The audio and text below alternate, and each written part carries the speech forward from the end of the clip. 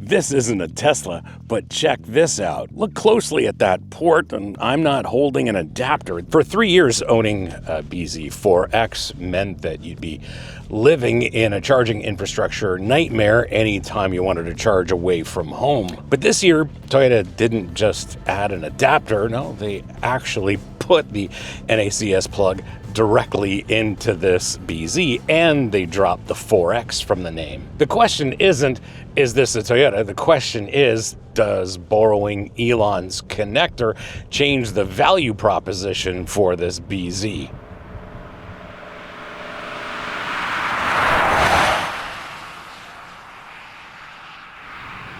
Those two electric motors, one at the front axle, one at the rear axle, deliver their combined output without drama, which is kind of the problem. There's no build-up, no crescendo, just that classic EV instant electric torque, but here it flattens the experience into two planes. Stopped and going.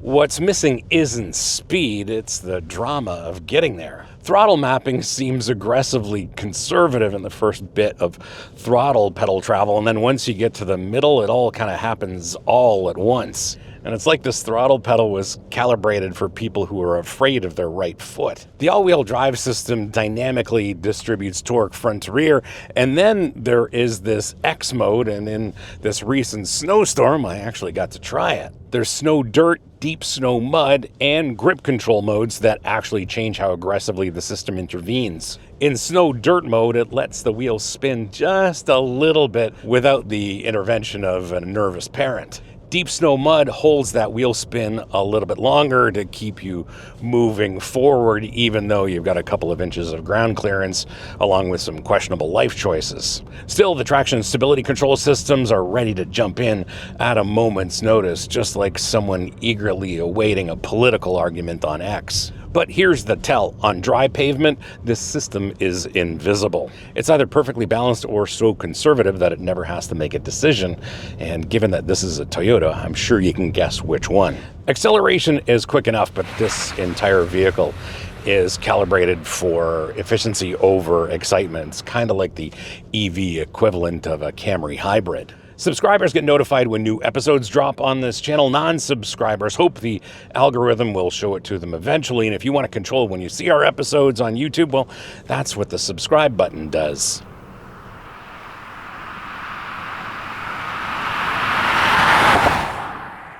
Steering is electrically assisted. Yes, it's precise and predictable, but there's not a lot of feel or feedback that comes through this steering wheel. On the other hand, Toyota installed double wishbones at the rear suspension, which indicates some ambition on their part. Except they paired that rear suspension with steering that doesn't communicate a whole lot of texture as to what's going on at those front contact patches. It's like reading a book with all of the adjectives removed. It's technically correct, but it's devoid of any nuance. The good news is the steering gives you all the confidence you need, and it'll never make you feel unsettled. Bad news is you'll never feel anything. Brake pedal feel is the highlight of the bZ's dynamics, which probably tells you a lot about the bZ's dynamics. There's wonderful brake pedal feel, control, modulation, all top marks there. And on top of that, they've blended actual braking with regenerative braking perfectly smoothly, and that works wonderfully. One thing they didn't do was really create a one-pedal drive mode.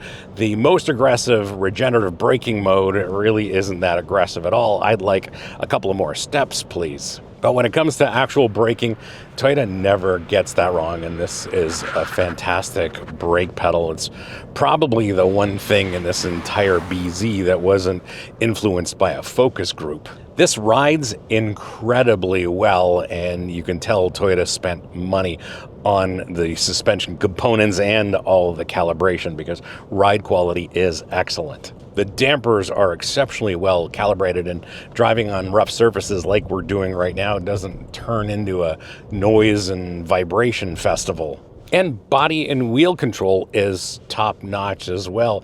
There are limited secondary movements, no tertiary movements. I wouldn't call this ride luxurious, but I would call it competent in the same way a Camry rides competently. And that's definitely one thing Toyota knows how to do. And if you're looking for an EV crossover that rides comfortably, this is the right one for you. If you want to support the channel beyond just watching, well, the merch store is open, and your support there means more time for us to produce fun episodes like this and less time worrying about manufacturer blacklists. No pressure, just an option.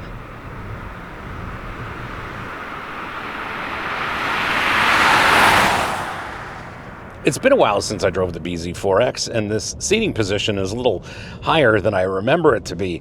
But on top of that, the fundamental ergonomic situation is very familiar to those of you who drive Priuses. When I adjust the seat and the steering column properly so that I interface to this bZ correctly, what I'm faced with is an inability to see what's on the instrument cluster. Yes, the top of the steering wheel rim blocks most of the important information on that screen. So if I want to see my speed, well, I've got to raise myself up, and I don't want to do that with the seat, or I've got to drop the steering column all the way to its lowest travel, and I don't want to drive like this either. And that's the thing. There's plenty of adjustment in this seat and the steering column. I really don't have too many complaints about the seat, but I think because I've got to contort myself to see what's on the instrument cluster, I never find a perfect seating position. When you're here, visibility is fantastic. Large outboard mirrors. There is a rear view camera mirror. I don't know what they call it in Toyota speak, but right now, because we are in the aftermath of a snowstorm, that rear camera lens is blocked by a bunch of snow, so I have to switch it over to the conventional mirror. When that camera lens isn't blocked by snow, the image that it projects actually has a wider field of view, so when you've got the camera mirror running and those large outboard mirrors adjusted properly, blind spots aren't real. This big screen does pretty much everything, infotainment as well as almost all of the climate controls. There is a volume knob, there are 2 knobs for temperature adjustment, and there are a couple of quick buttons, one for a front window defog and one for a rear window and mirror defrost. I actually like those and had to use them the other day. Lots of people love to complain about climate controls that are baked into touch-based systems like this, but what they did do is they kept the important stuff right here readily available, like the temperature adjustment knob, and that's perfect. I just use it on automatic, and I'm very happy that way. Speaking of which, there are settings so that your heated steering wheel and heated seat come on automatically, and given that this is the middle of the winter, I really appreciate that. The good news is that there is Apple CarPlay, and it works flawlessly here, so you can pretty much forget about all the work that Toyota did and run the infotainment system using your phone. I've heard some people complain about this shifter, but I don't understand that. It takes about 2 uses for it to become muscle memory. I actually like how the shifter works, if a bit unconventional. There are plenty of unconventional shifters out there, and I'm looking at you, Honda. This, on the other hand, works wonderfully. One thing I should mention is there's a driver monitor camera right here, and its sole purpose seems to be to nag you at every given opportunity. You can't fully disable it, which means in some ways Toyota doesn't fully trust you to know when you're distracted. It's a paternalistic approach that makes sense for the average driver, but completely irritating if you're not. The like button tells YouTube to share this episode with more people like you interested in an episode like this, and if you got more information than what's contained in a brochure or a press release in this episode, well, that's the entire ask.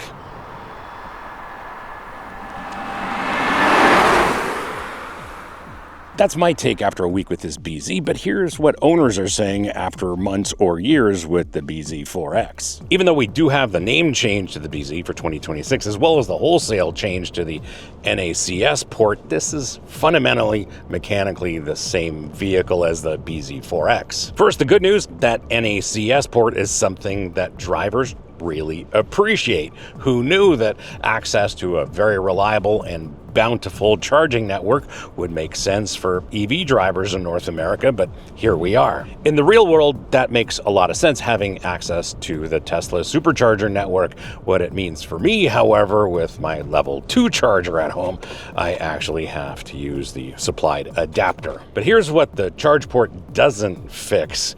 winter range. Owners report between 35 and 50% range reduction. And based on my winter driving with this bZ and a little bit of mental math, I don't like doing public math, I'd say that's pretty much spot on, because my calculation said that I experienced about a 40% reduction in range in some very cold Toronto weather. And it appears DC fast charging has a hidden throttle, and I suppose that's been programmed for battery longevity, but some owners have complained about this, especially after 2 or 3 DC fast charges in a single 24-hour period. And in that situation, it seems that the car limits charging to just 13 kilowatts, and that's level 2 territory, not level 3. Satisfied owners share a similar profile. They have a level 2 charger at home, they drive less than 150 miles daily, and they take road trips infrequently. If that's not you and road trip frequently, you may want to consider something like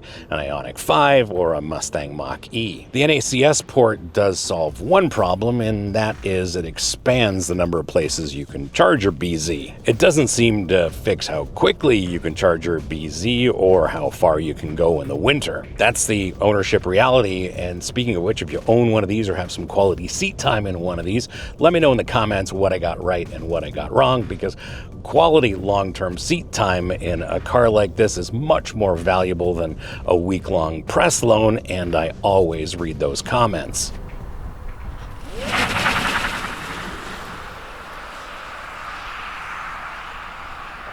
The NACS port didn't exactly fix the bZ, but what it did do is it gave it access to the most broadly reliable charging network.